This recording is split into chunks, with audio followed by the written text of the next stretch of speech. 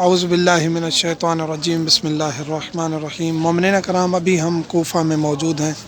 मौला अमीर कायनात अली इब्न अबी तालिब के घर, ये हरम है अहले बैत अलैहिमुस्सलाम का घर है, इस्मत व तहारत के मरकज़ का।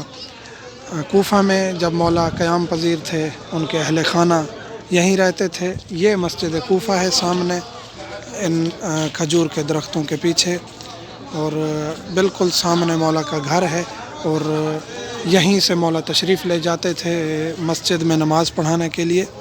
और ये कुआं है पीछे से, घर के बिल्कुल पीछे जो है ये कुएं के जो हैं मनाज़र हैं। पीछे टूटियां लगी हुई हैं, यहाँ से मोमिनीन पानी भरते हैं और शिफा याब होते हैं, इस्तिफ़ादा करते हैं।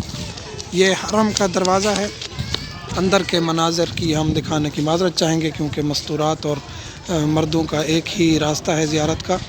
तो इसमें घर के अंदर मौला का कुआं है, बाकी कमरे बनाए गए हैं अहले बैत अलैहिमुस्सलाम के, मौला हसन के, मौला हुसैन के।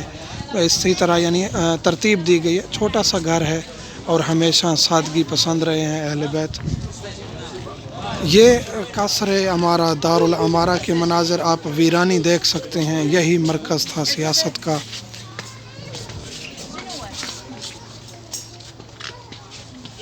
ये मौला के घर के पीछे और मस्जिद कोफ़ा के पीछे ये सारा जो बहुत वसी रकबा है वीरान पड़ा है। ये दारुल अमारा था, जिसके पीछे बड़ी बड़ी सियासतें होती रहीं। बहुत से लोग इस दारुल अमारा में रहने के लिए काफ़ी कत्ल गारत करते रहे, और इसी दारुल अमारा में बैठ के इब्न ज़ियाद ने अहले बैत अलैहिमुस्सलाम पर ज़ुल्म किए।